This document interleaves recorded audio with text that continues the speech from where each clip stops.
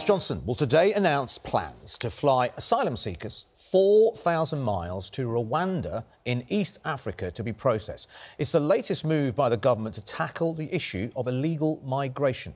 Joining us now is the Secretary of State for Wales, Simon Hart. Good morning to you. I mean, the Prime Minister's talked about compassion in the way that we treat people, saying it's infinite. But in what sense is it compassionate to take these people who have fled torture, who've fled terror, who've faced unimaginable things, and then send them 4,000 miles to another country with the questionable human rights record concerning torture, concerning human rights violations and arbitrary killings by the government? How is that compassionate? Well, I think there are two things. I think the first is that the existing system is clearly traumatic. It clearly doesn't work. It's been the subject of debate and discussion for years. And I don't think there's anybody who's involved in it, whether it's the Refugee Council, the Red Cross, or indeed the government, who thinks that we can continue to sit back and see, I think you mentioned 28,000 people a year, making that dangerous trek across the channel. Some people in blow-up kiddies paddling pools. That's how dangerous it is. Some don't make it, and they're being wickedly exploited by criminal gangs and other people traffickers. So that situation has to change. I hope by what we're proposing, there'll be much more detail later with the government of Rwanda, is a solution where we can properly account for the distinction between asylum seekers, economic migrants and refugees, and devote more time and resource to each of those categories. We have a reputation for being a nation of sanctuary, and that's well deserved and I think well earned, but we have to keep it. And as far as the comments that you made about the Rwandan government, there'll be more on that later, as Rwandan government are going to be part of the presentation which Priti Patel is going to make. But they're an improving economy. They've got a good track record on their treatment of migrants and migration. And, this is, compassion is actually top of our list here. What we want to do is break up the criminal gangs, disincentivize the people traffickers, and make sure that the passage that you rightly say is a traumatic one for the people concerned has a reasonable outcome. But Simon, how can you say we have a reputation for sanctuary and compassion when we're about to send them to one of the, before the pandemic, it was seen as one of the 10 poorest countries in the world. 57% of people in Rwanda don't have access to clean running water. In 2018, police shot dead 12 refugees for protesting. How can you say in any way that is Britain showing any compassion and sanctuary? We are sending them into an absolute diabolical situation, aren't we? Denmark are, by the way, joining in a similar endeavour. OK, so Denmark are doing it, so we'll do it too? I mean, no, there's been 9 months of careful negotiation between UK government and Rwandan government to make sure that the risk that you pointed out are addressed, and there will be further questions on that later on. I have absolutely no doubt about this. But this is you say 9 months. Sorry.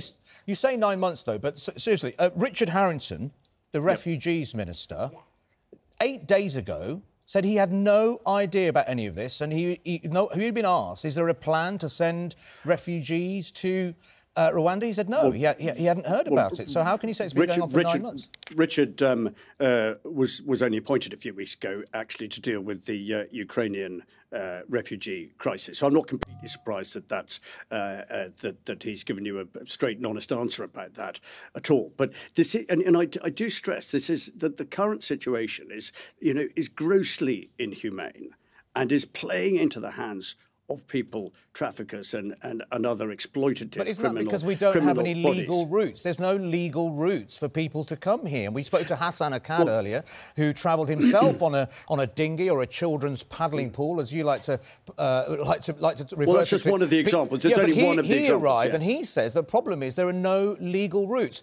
Why is it, Simon Hart, that we say to Ukrainian refugees that you can come and live in our homes and we'll pay you to do that, but we say to Afghanistan and Syria Syrian refugees, I'm sorry, we're going to send you to Rwanda. Why is it one rule for Ukrainians and another rule for the others? I think that we have to make a distinction between refugees, asylum seekers, and economic migrants, and the particular emphasis around the Channel crossings. Yeah, but without a legal system, you can't make that distinction. You're going to make that distinction in Rwanda, which seems absurd. Can I put it to you? Imagine if a boat comes over from Calais. It's got a Syrian refugee, it's got an Afghanistan refugee and a Ukrainian who didn't go through the legal process but decided to come over a boat. Will you send that Ukrainian migrant, refugee, whatever you want to call them, does a Ukrainian go to Rwanda as well? Well, that's I think the suggestion that it's just going to be a sort of mechanical process, which isn't going to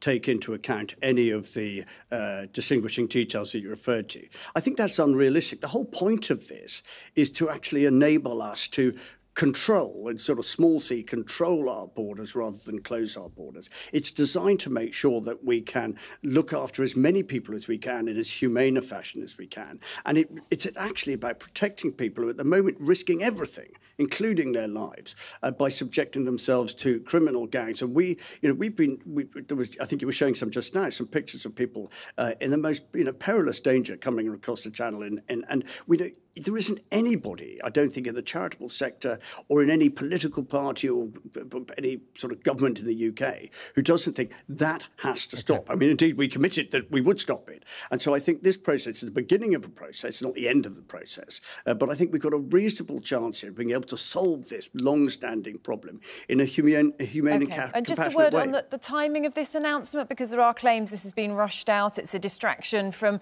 Partygate. It's a distraction from all those people who are calling on the Prime Minister to resign because he's been found to have broken the law. Well, I mean, we've been criticised for 2 years for not making an announcement about this. And so I'm sort of unsurprised, I suppose, that when we do, somebody says, oh, hang on a minute, what's the timing suspicious? This is the end of a 9-month complicated negotiation between two governments. And I don't think we should be too conspiratorial about its timing. The fact is that, notwithstanding the seriousness of Partygate and all of that, there are, we announced the Shared Prosperity Fund yesterday. We're announcing this day.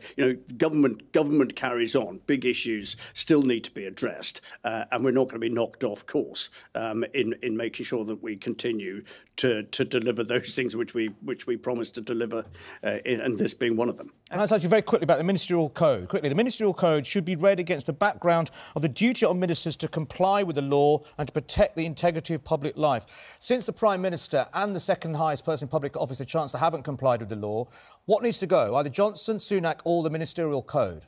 No, I mean, I think for me, and I readily sort of admit to being at the more sort of liberal end of the scale on this. I think the fact that the story about the event in Downing Street, which Rishi Sunak and the Prime Minister have been subsequently issued a fixed penalty notice for, that story was given to the Times in June 2020. It was written up very straight by Steve Swinford, an experienced lobby journalist at that time. Not a single person, not a commentator, no police, no opposition politician, nobody raised it as an untoward event at the time. And the point of saying that is this: that if there had been a deliberate attempt to break the law or to breach the ministerial code, the last thing the Prime Minister would have done was given the story to the press. All right. Well, we'll wait to see what happens next if there are more fines to come. But Simon Hart, we appreciate your time this morning. Thank you. Thank you very much.